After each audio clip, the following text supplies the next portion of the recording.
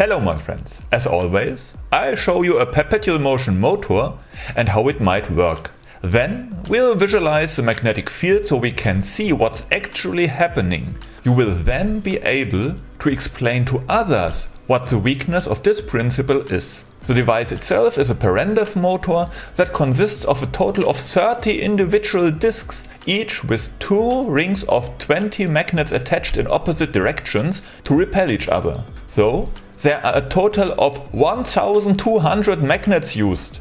The cost of this motor, with each magnet costing around €3 and the remaining components being laser cut, is around €5,000. And now let's start this monster. As you can see, the device actually rotates independently and thus generates energy that can probably be used endlessly. Our world energy problem is solved, and we are endlessly grateful to the inventor Mike Brady. Video over, please cheer now. Ow! I don't think it will work that way. What? Who was that? I forbid such objections. Of course, the engine works, you can see it. I think it's fake. Fake? Are you serious? It's CGI at most, but it still looks great. But it doesn't work. But Mike Brady was so successful and sold many of these devices for a profit. He was a cheater. But that is now proven. He was imprisoned and then expelled from the country. But just because he couldn't get his device to work himself doesn't mean that the principle can't work, right? The principle is ingenious. In principle, yes. What does you mean with in principle? Oh, well, maybe let's look at the principle. Fine. I will convince you. The principle is as simple as ingenious. The inventor had the brilliant idea of using the energy of magnets to repel each other. Repulsive. What? Oops, repellent. Go on. So magnets repel each other when they meet with the same poles. If a magnet has been repelled by another magnet, then moves into the magnetic field of the same polarity of a third magnet, from which it is repelled again, then the movement can be infinite. Great, isn't it? Wouldn't he rather leave? What? He's repelled after all. Then he doesn't want to enter the field of the third party, or? Okay, you are right. Normally not, but I show you how to do it anyway. The inventor had an idea how it could still work. First of all, let's visualize the magnetic field.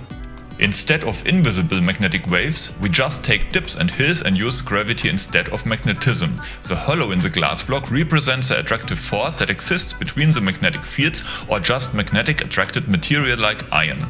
The marble ball represents the impact of those forces. The poles of the magnets are identified by the colors red and blue. Different poles attract each other, like poles repel each other. External lateral displacement of the magnets against each other results in the ball actively rolling up out of the cavity. Force must be used for this because the ball wants to roll back into the hollow. If we bring like poles closer together, the opposite effect results. A hill is formed and the marble ball wants to roll down. The magnets want to avoid each other. When a non-magnetic force tries to lift an object out of the magnetic field, it shows up by lifting the marble ball. The ball wants to continue to follow gravity and fall into the hollow. What does this snoring mean here? Those are the basics, so you can understand the rest. Yes. Oh man, alright. So if we move two magnets with the same poles towards each other, then a hill results. The force of the magnets has a repelling effect and the ball only stays on the top because the magnets cannot move sideways. Let go of the magnet and it will immediately fly back. The repulsive field shows its effect. The ball flattens the hill. We already had. Yes, but now it gets more interesting. We slightly shift the upper magnet to the right, bring it to the position of repulsion and hold it there. Oh, what are those waves on the ball? They indicate that the ball wants to roll down the hill but is stopped. The ball exerts force to the right. You can clearly feel this force when you hold two magnets in your hands. If you then let go of a magnet, it moves in a straight line away from the point of greatest repulsion. And, as you can see, the waves on the ball are gone again immediately because it can move freely again. Yes, but what's coming? A wagon on rails. What happens if the magnet can only move in one direction, here left or right? The little wagon in which it is attached cannot drive in any other way. Then he drives to the right? Exactly. All the repulsive force is converted into motion to the right. Of course, this also works in the other direction, as you can see here. Okay, but where is the trick that Mike Brady figured out? He's coming soon. First, let's see what happens when the rail car is forcibly guided past the magnet below. Let me see. First he pushes the ball up the hill and the hill grows. Then the ball rolls down freely and the energy to push it up is released again. Yes, that's what will happen. You were very attentive. Now comes the trick that Mike Brady used to turn a one-off movement into a perpetual movement. Yay! He turned the magnets at a special angle so that it takes less energy to push one magnet into the magnetic field of the other, and more energy is released when leaving the repelling magnetic field. Just spin it? Oh, well... It doesn't look like anything is changing in the magnetic field. It spreads out in a circle.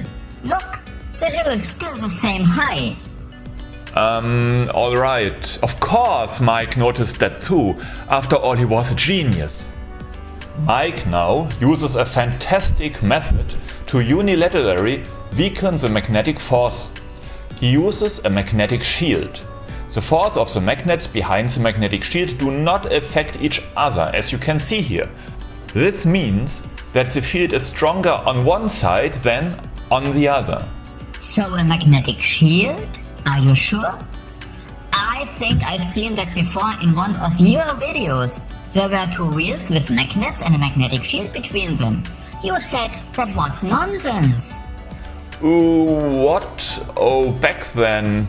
You said that a magnetic shield made of, for example, mu metal itself is also magnetic, so it has an influence on the magnets. They indicate that it changed the position of the magnetic maximum, but not the circular expression. Have a look here. Well, I must have misinterpreted that earlier. The principle of Mike Brady's preventive engine simply has to work. I don't think it can work, because if the magnetic field was asymmetric, it would be like there was an elevator in the hill. The ball rolls to the maximum of one side with little energy expenditure, and if then magically lifted to somewhat higher maximum of the other side to roll down the slope with more energy than the energy the ball started with. What do you say? Yes, you are right in everything you say. But it would be too good to be true if it worked. In fact, the symmetrical expansion of the magnetic field cannot be cut off just like that. And if it is damped, then always symmetrically. The field lines that emerge from the magnet always re-enter with the same strength and can only be weakened overall. That's why the preventive motor would only wobble back and forth until it finally stopped, no matter how many magnetic rings you used side by side. It's just a magnetic ramp in disguise with added extras of no value. Glad that's clarified. Yes. What do we learn from this? This system looks like it is capable of creating a permanent imbalance. But there is no permanent imbalance in our world. There is no such thing as an infinitely high hill, and you cannot go downhill for an infinitely long time. Infinity is probably not a part of our universe, and so everything tends towards balance. I hope I was able to shed some light on the magical world of perpetual magnet motors. If you liked the video, please give me a like and subscribe to my channel if you dare. Thanks for watching, have fun!